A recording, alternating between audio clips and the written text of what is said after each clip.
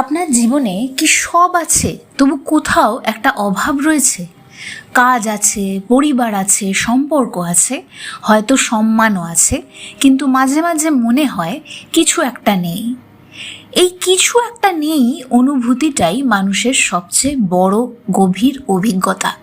আর এই রহস্যকে এক বাক্যে প্রকাশ করেছিলেন শ্রী শ্রী আনন্দময়ী মা। একের অভাবেই সব অভাব। এই কথাটা শুধু আধ্যাত্মিক উক্তি নয়, এটা মানুষের অস্তিত্বের বিজ্ঞান।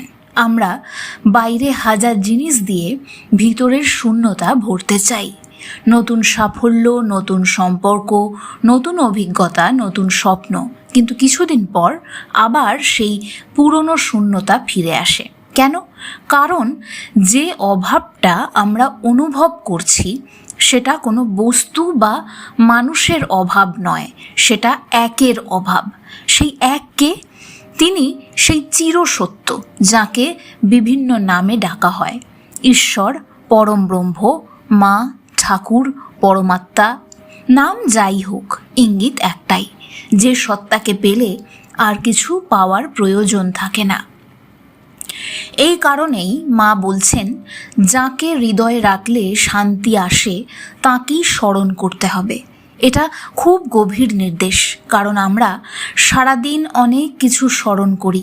কাজের চাপ, মানুষের কথা, অপমান, ভয়, ভবিষ্যতের চিন্তা, কিন্তু যিনি শান্তির উৎস তাকে ভুলে যাই। একবার ভাবুন, আপনার মন সারাদিন কাদের সঙ্গে থাকে? যাদের কথা আপনি ভাবছেন, যাদের জন্য দুশ্চিন্তা করছেন, যাদের আচরণে আপনি কষ্ট পাচ্ছেন, তাঁরাই আপনার মনের ভিতরে জায়গা নিয়ে বসে আছেন। তাই মন ক্লান্ত, অস্থির, ভারী। মা বলছেন, এই জায়গাটা তাকে দাও, যাকে স্মরণ করলে শান্তি আসে। এইখানেই আসে ধরে থাকার চেষ্টা, কারণ মন সহজে স্থির হয় না। আজ স্মরণ করলেন, কাল ভুলে গেলেন। আজ ভক্তি এলো, কাল শুষ্কতা এলো, কিন্তু এখানে মূল কথা হলো চেষ্টা বন্ধ করা যাবে না। এই শিক্ষা গভীরভাবে মিলে যায় ভগবদ গীতার সেই উপদেশের সঙ্গে, যেখানে বলা হয়েছে, চঞ্চল মন অভ্যাস ও বৈরাগ্যের দ্বারা স্থির হয়। অর্থাৎ মন আজ না শুনলে কাল শুনবে, কাল না শুনলে পরশু শুনবে, কিন্তু আপনি হাল ছাড়বেন না। মা আরও বলছেন, সব ঝঞ্ঝাটের ভিতরে তাঁর ওপর নির্ভরশীল হওয়া। এই কথাটা আজকের যুগে ভীষণ প্রয়োজনীয়, কারণ আমরা সমস্যার সময় দুইভাবে ভেঙে পড়ি। এক, আমরা সব নিজে সামলাতে চাই। দুই, আমরা ভাবি সব শেষ। কিন্তু নির্ভরশীল হওয়া মানে দায়িত্ব ফেলে দেওয়া নয়। নির্ভরশীল হওয়া মানে আমি আমার কর্তব্য করব, কিন্তু ভিতরে জানব শেষ ভরসা তুমি। এই অনুভূতি মানুষকে ভিতর থেকে শক্তিশালী করে। আজকের জীবনে এটা কিভাবে সম্ভব? ধরুন, আপনার চাকরির চাপ চলছে, আপনি কাজ করবেন, চেষ্টা করবেন, দক্ষতা বাড়াবেন, কিন্তু ভেতরে একটা স্থির ভাব রাখবেন, যা হবে তোমার ইচ্ছায় হবে, আর যা হবে তা শেষ পর্যন্ত মঙ্গলের জন্যই হবে। এই মনোভাব উদ্বেগ কমায়, শক্তি বাড়ায়। মা স্পষ্ট বলছেন, সংসারের ভাবরূপ নিয়ে কখনো সুখী হতে পারা যায় না। এই বাক্যটা গভীরভাবে বুঝতে হবে। সংসার খারাপ নয়, কিন্তু সংসার তো পরিবর্তনশীল। যা পরিবর্তনশীল তার ওপর স্থায়ী সুখ কি করে দাঁড়াতে পারে? এই জায়গাটাই 90% মানুষ বুঝতে পারেন না। আমরা এমন একটি উৎস থেকে এই পরম শান্তি চাইছি, যেটা কখনো স্থিরই হয় না। বিষয়টা অনেকটা আম গাছ থেকে জাম ফল চাওয়ার মতো। এই সদা পরিবর্তনশীল জগৎটা কখনো স্বস্তি দিতেই পারে না, এটার দেওয়ার ক্ষমতাই নেই। তবুও সেই জগৎটার কাছ থেকে আমরা স্থায়ী সুখ চাইছি। তাহলে স্থায়ী সুখ আমাদেরকে কে দিতে পারে? কোনো স্থায়ী সূত্রই দিতে পারবে? সম্পর্ক বদলায়, অর্থ ওঠানামা করে, শরীর বদলায়, মানুষের মন বদলায়, পরিস্থিতি বদলায়, তাই এগুলোর উপর যদি আপনি স্থায়ী শান্তি দাঁড় করাতে চান, হতাশা আসবেই। এই কথাটাই উপনিষদ বহু আগে বলেছে। অস্থায়ী জিনিসে নিত্য সুখ পাওয়া যায় না। নিত্যকে জানতে হবে, নিত্যকে ধরতে হবে। এখন প্রশ্ন, একে মনের মধ্যে আনবো কিভাবে? প্রথমত, দিনের মধ্যে ছোট ছোট স্মরণ করার সময় তৈরি করুন। সকালে উঠেই 1 মিনিট শান্তভাবে বসুন, নিঃশ্বাসের দিকে তাকান, আসা যাওয়া লক্ষ্য করুন 5 থেকে 10 বার, এবং আপনার যে ইষ্ট, যাকে আপনার ডাকতে ভালো লাগে, তাকে প্রণাম জানান। কাজ শুরু করার আগে একবার নাম স্মরণ, ঘুমানোর আগে কৃতজ্ঞতা।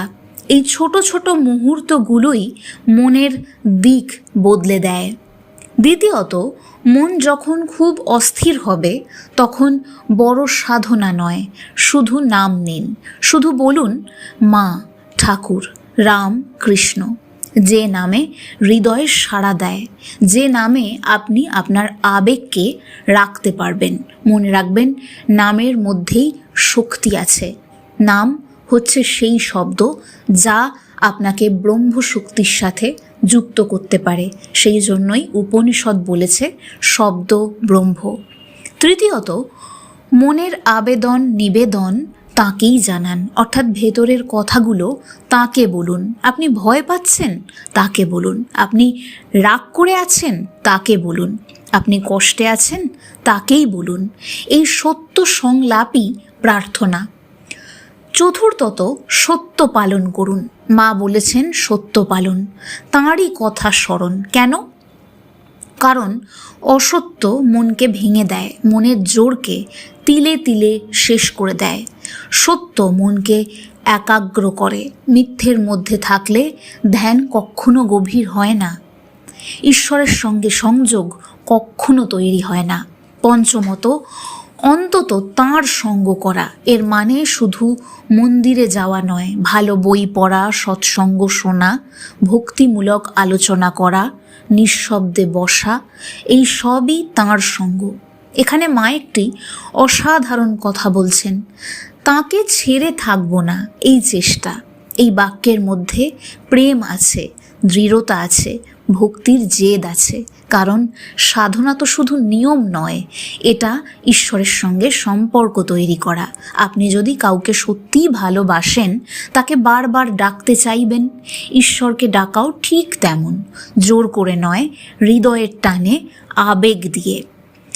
আরও গভীর কথা, চিরকাল ভগবানের পেছনে ঘুরতেই হবে, উপায় নেই। মানুষ নিরুপায়। শুনতে কঠিন লাগে, কিন্তু সত্য। কারণ মানুষ যতদিন না চরম সত্যকে পায়, ততদিন তার খোঁজা থামে না। কেউ অর্থ খোঁজে, কেউ সম্পর্ক খোঁজে, কেউ জ্ঞান খোঁজে, কেউ ক্ষমতায় তাকে খুঁজতে চায়। শেষে বুঝতে হয় সব খোঁজ আসলে একদিকেই ছিল। এই জায়গাটাই স্বামী বিবেকানন্দর একটি বাণীকে মনে করিয়ে দেয়। মানুষের সব অনুসন্ধান শেষ পর্যন্ত সেই অসীমের অনুসন্ধান। মা শেষ দিকে বলছেন, তিনি যখন যা করেন সব মঙ্গলের জন্যই। কিন্তু আমরা সমস্যা তৈরি করি কোথায়? আমরা নিজের পছন্দ মতো মঙ্গল চাই, যা আমার ইচ্ছা মতো তাই ভালো।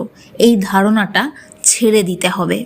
অনেক সময় যে ঘটনা তখন কষ্ট দেয়, পরে দেখা যায় সেটাই আমাদের বদলে দিয়েছে, শক্তিশালী করেছে, গভীর করেছে। তাই আস্থা মানে সব বুঝে নেওয়া নয়, না বুঝেও বিশ্বাস রাখা।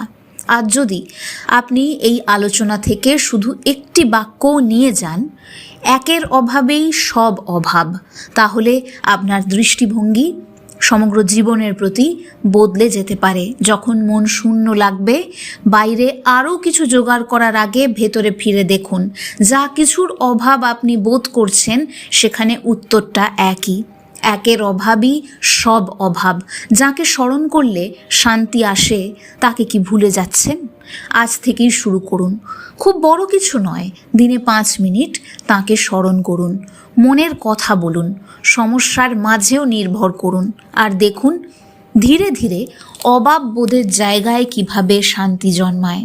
আর যদি এই ধরনের গভীর আধ্যাত্মিক আলোচনা, শ্রী শ্রীমার বাণীর ব্যাখ্যা, গীতা উপনিষদের আলোকে জীবনের প্রয়োগযোগ্য জ্ঞান আপনার ভালো লাগে, তাহলে অবশ্যই এই চ্যানেলটিকে সাবস্ক্রাইব করুন, ভিডিওটি লাইক করুন, কমেন্টে লিখে জানান আপনার জীবনে অভাব আসলে কি। হয়তো সেই প্রশ্নের উত্তরই আপনাকে একের পথে নিয়ে যাবে।